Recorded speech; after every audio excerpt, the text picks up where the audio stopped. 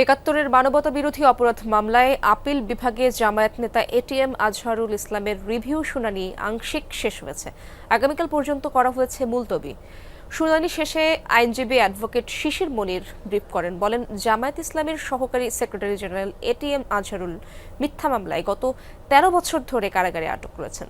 Fascist সরকার পতনের পর ফ্যাসিবাদ বিরোধী রাজনৈতিক দলের অনেক নেতাকর্মী মুক্তি লাভ করেছেন, কিন্তু অন্তর্বর্তী সরকার ক্ষমতা গ্রহণের প্রায় ৬.৫ মাস অতিবাহিত হওয়া সত্ত্বেও এটিএম আজহারুল মুক্তি পাননি এখনো। আপিল বিভাগকে শিশির মনির জানান, মানবতা বিরোধী অপরাধে দণ্ডপ্রাপ্ত কারোর বিচারিক মানা হয়নি আন্তর্জাতিক আইনের বিধান। আজকে যে রিভিউ পিটিশনের আলোচনা উঠেছে, সেখানে উঠেছে অতীতের সবগুলো রায়।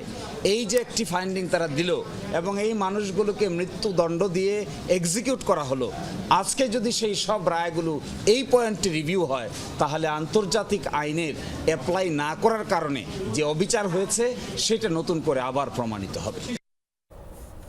দর্শক, এই ব্যাপারে আরো তথ্য জানার চেষ্টা করব আমার সহকর্মী আরিফুর রহমানের সবুজের কাছ থেকে। তিনি ট্রাইব্যুনালে রয়েছেন। সবুজ, রিভিউ আবেদনের আংশিক শুনানি তো আজ হলো, ব্রিফিং এ ব্যাপারে কি জানালেন আইনজীবীরা? ইশরাত, মূলত 10:30টার দিকে শুনানি শুরু হয় এবং 7টি গ্রাউন্ডে মূলত এটিএম আজহারের যে আইনজীবী ব্যারিস্টার ইমরান সিদ্দিকী, তিনি শুনানি করেন। প্রায় ঘন্টা খানেকেরও বেশি সময় ধরে এই গ্রাউন্ডগুলো, অর্থাৎ যে 7টি গ্রাউন্ডে মূলত এই রিভিউ আবেদনটি করা হয়েছিল, সেই গ্রাউন্ডগুলো 5 সদস্যের যে আপিল বেঞ্চ প্রধান বিচারপতির নেতৃত্বে বেঞ্চকে পড়ে শোনান এবং এই গ্রাউন্ডগুলোর যে ব্যাখ্যা, সেই আইনি ব্যাখ্যা, সেই ব্যাখ্যাগুলো তারা দিয়েছেন এবং এই সাথে সাথে মানবতা বিরোধী যে অপরাধে বিচার করা হয়েছে এটিএম আজহার সহ আরও যারা অন্যান্য যাদের বিচার করা হয়েছে, সেই বিচারগুলো যে আইনে করা হয়েছে সেটি যে আন্তর্জাতিক অপরাধ আইনে যে অন্যান্য দেশে বিচার হয়েছে, অর্থাৎ মানবতা বিরোধী অপরাধের যে অন্যান্য দেশে বিচার হয়েছে, সেই বিচারগুলোর উদাহরণ মূলত শুনানিতে তারা টেনে ধরেন এবং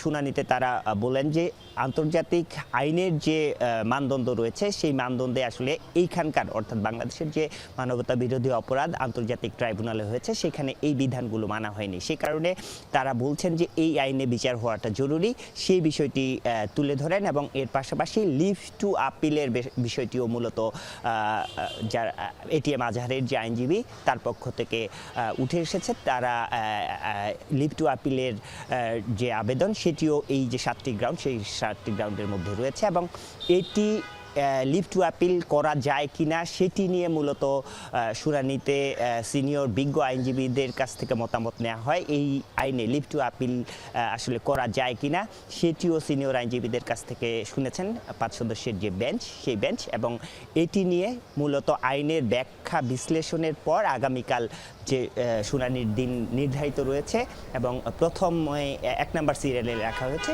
আগামীকাল এটি নিয়ে মূলত শুনানি হবে। আসলে লিভ টু আপিলে আসলে শুনানি করা যাবে। ধন্যবাদ আপনাকে সবুজ।